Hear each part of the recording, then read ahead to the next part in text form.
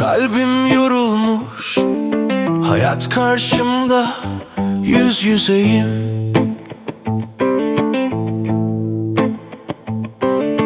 Yaşadıklarımla hayallerim, gerçeklerin çok uzağında.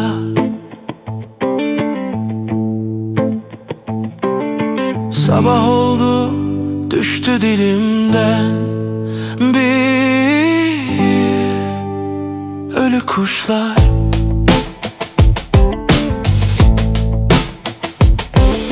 Oyuncağını kırmış çocuk kadar utangacım.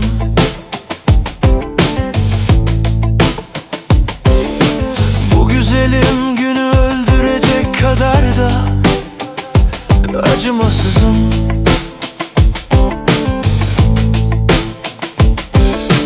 Sabah oldu, düştü dilimden bir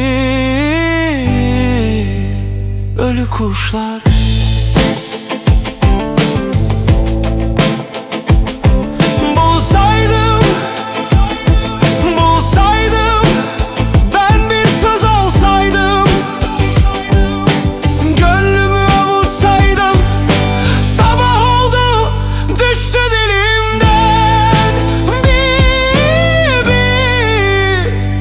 Kuşlar.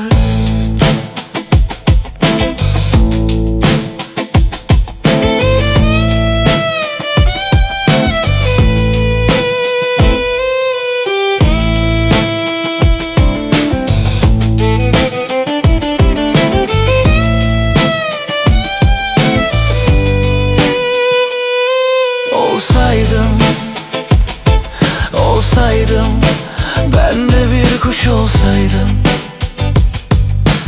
bulutları aşıp yıldızlara çarpsaydım. Sabah oldu, düştü dilimden bir ölü kuşlar.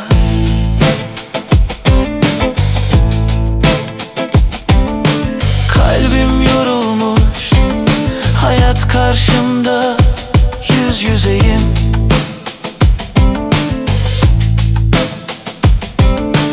Yaşadıklarımla hayallerim, gerçeklerin çok uzağında.